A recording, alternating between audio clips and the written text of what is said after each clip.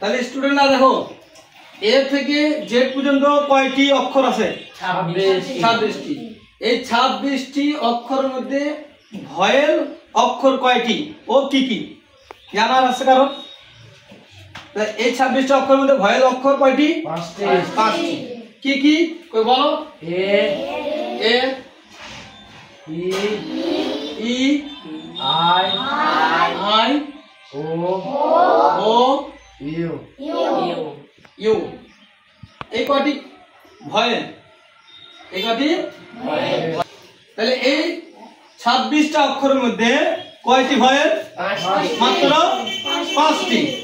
আর বাদ বাকি কি?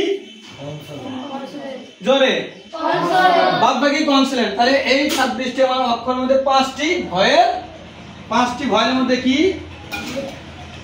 এ ই আই ও ইউ। আর বাদ বাকি কনসোনেন্ট।